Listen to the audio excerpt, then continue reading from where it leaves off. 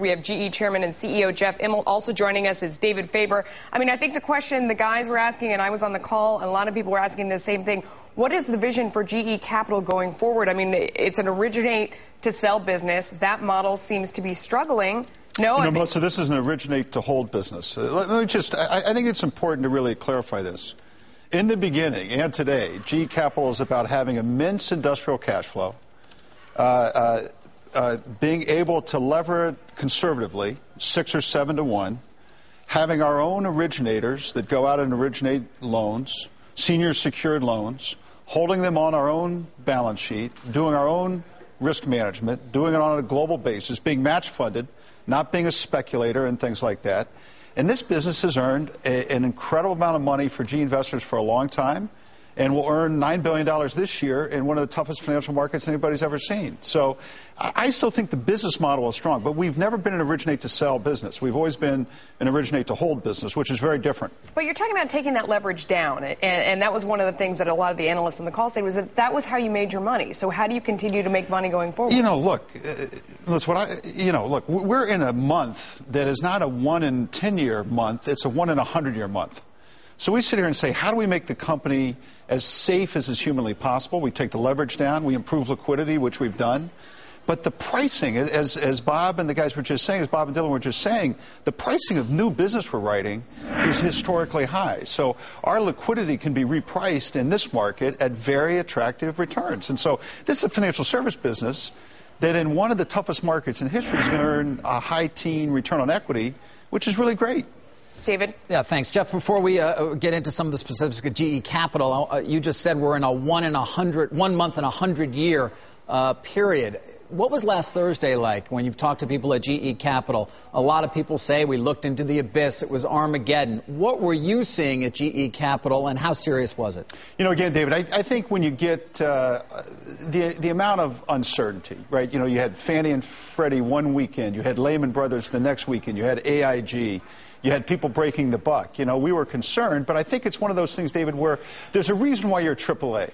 I had 1,000 people tell me in the last 5 years, dump the AAA, lever up, blah, blah, blah. We didn't do it. And the reason why we're AAA is that we woke up Wednesday morning, Thursday morning, Friday morning, rolled our CP with no trouble, got good pricing relative to LIBOR, and that's why you're AAA. That's why we proactively work on it. That's why we have a philosophy that adheres to that, and that's why we've never deviated from that. And you mentioned proactive, so I can assume then that the rating agencies did not come to GE Capital and say you need to do things or else we're going to remove that AAA rating. David, look, we've been at AAA for about 20 years. There's 5 companies that are AAA. You're AAA for a reason.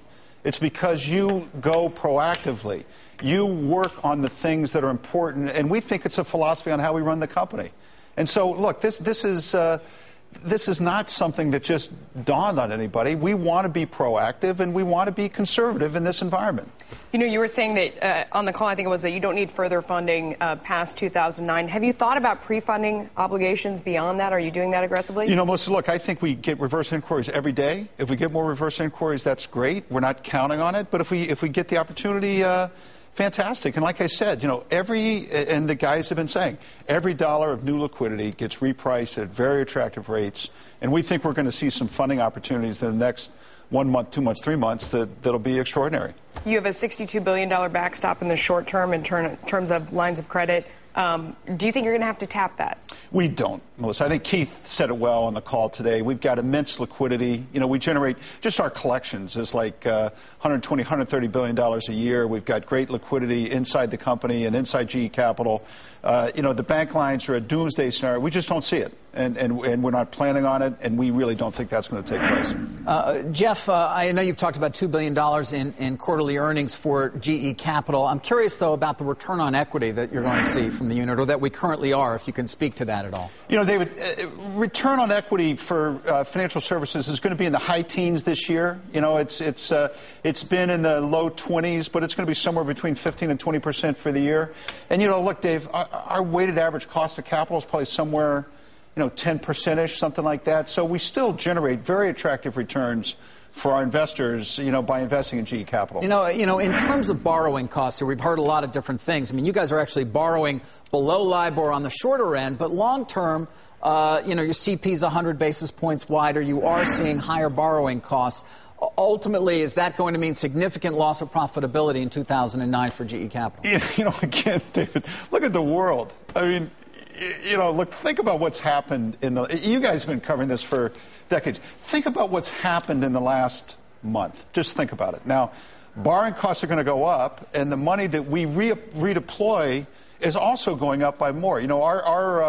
Our profit on new business we're writing right now, even with the higher borrowing costs, is up 40, 50 basis points.